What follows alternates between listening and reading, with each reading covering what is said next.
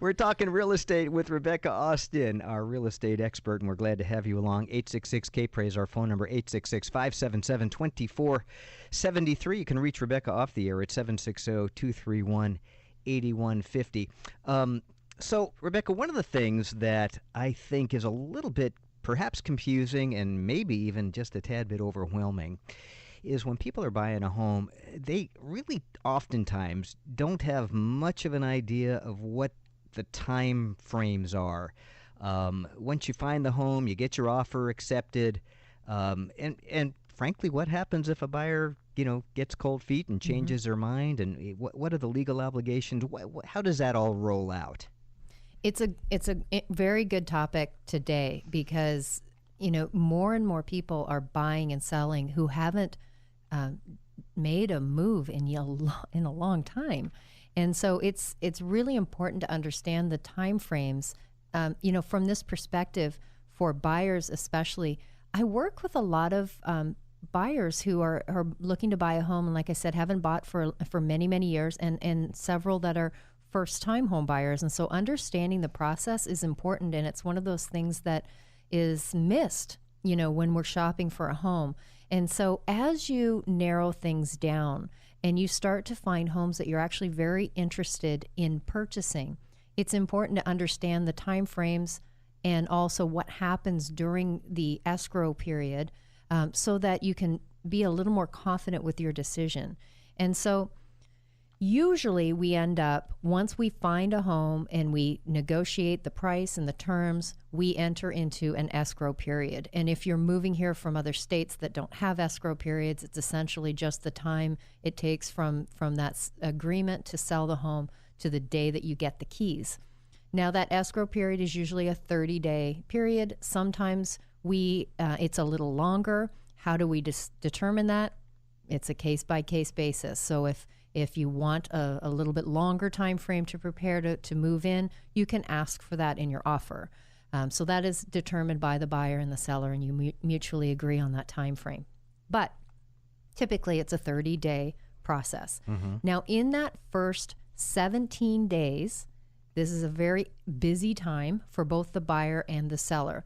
The first thing the buyer is going to be required to do is to deposit a good faith estimate into escrow, which is a neutral third party, to hold on to a good faith deposit. And again, that deposit amount is also negotiable. So typically it's $3,000 to $5,000, 1% of the price, and again, it's mutually, sometimes it gets countered. You might say, I'm going to do a $2,000 deposit, and you might get countered up a little bit more. But that initial good faith deposit goes into escrow within the first 3 days. And then those first 17 days are what we call the contingency period. And so if you were a buyer and your job is to inspect the home, have a professional home inspector go through the entire home and really uncover any issues that may be happening, any items that need replacing or repairing, and you are satisfying yourself as to the condition of the home, and you're also creating a list of things that you would like the seller to repair. So that's in that first 17 days. The other thing you're doing is you're working with your lender to ensure that you're fully approved for this property. So we're looking for an as unconditional as we can on our loan. So after that 17-day period, we can say, we're all in. Let's full steam ahead. We're going to buy this house. We've got our financing in place, and we're happy with the condition of the home. So that during that first 17 days, you may make a long list. As a matter of fact, during the break, I had a long list in front of me from some clients that we're working with today that, there's a lot of stuff that needs to be repaired in this house. So we're going to see how it turns out.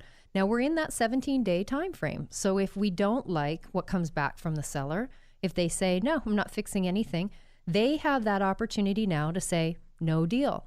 Go back to escrow, get their money back, and on we go. So that deposit, that $2,000, $3,000, $5,000 is refundable if it doesn't work? In that 17-day period, yes. Okay. Now, after the 17 days, the seller's job is to come to us as the buyers and say, your 17 days are up. Sign this form, and we are that says we're full steam ahead. So until we sign that form, we can say, you know what, we changed our mind, and we don't even legally have to say why. We can just say no thanks.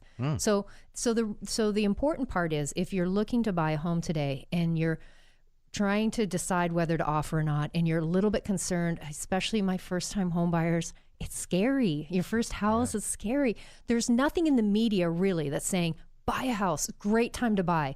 There's really nothing, no momentum that's saying, go get it. So if you're feeling nervous about it, it's normal to feel nervous. You're making one of the biggest financial decisions of your life. Right. But know that you have that 17-day period to do your inspection. If you're concerned about anything, if you're concerned about qualifying for your home loan and things, you do have that 17-day period. Ask questions of your real estate agent if you are nervous about it. You might need some reassurance. You might need more information, but don't look at that fear and say it's a red light. I don't feel right. This doesn't feel good. Right. It's normal to feel a little nervous before you buy your first home. It would seem abnormal if you didn't, honestly. I think back on my own first home purchase, and I just was a nervous wreck. We all are. I remember my first home purchase, and we got all freaked out about something on the home inspection report just because we didn't understand it. It was simply a little electrical thing that just needed a couple of outlets that were needing fixed. It was ridiculous, but it ruined our whole first home. We were like, no, So that's normal to be elevated and nervous about things. But I think to understand, you do have that 17-day period. It's not like you're writing a check that's non-refundable. You do have a little grace period there to let it settle in. Yeah. And I know the other piece of the buying puzzle that is, again, a tad bit overwhelming is just there just seems to be page after page after page of documents to sign and initial. And I know they all have a stated purpose. But this is something that I would suppose your real estate agent just ought to walk you through that whole process, correct? You should. I mean, it's a critical. There's a lot of paperwork, and it can be overwhelming. So you definitely want to work with a real estate agent who can walk you through these things. And I was listening to Dave Ramsey earlier, and I work with many Dave Ramsey listeners. And he says, you really should work with someone that has the heart of a teacher.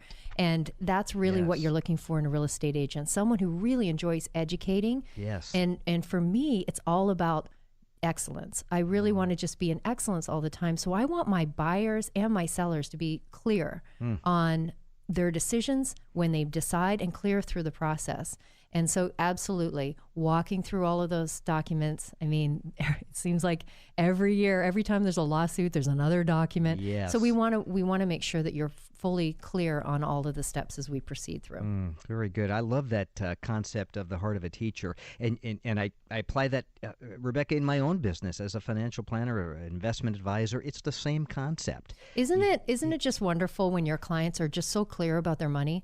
I mean, you've done a really good job.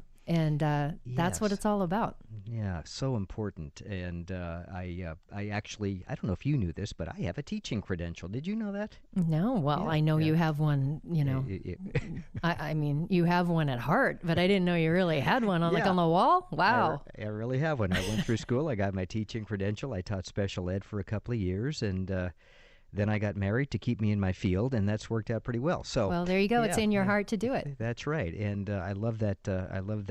Quote from Mr. Ramsey. Good information. All right, friends, if you're listening to Rebecca and you are sitting around thinking, I'm thinking about buying or I'm thinking about selling, we encourage you to call her off the air. 760-231-8150. 760-231-8150 is the phone number. You can also reach her at the website, kprzhometeam.com. Either way, we know Rebecca would love to hear from you. 866 K-Praise, our phone number here live on the broadcast. 866-577-2473. This is the Word on Wealth Financial Network, and I'm the retirement professor, Marty Schneider. We're going until 6 o'clock. Another segment ahead. Stick around. We'll be right back.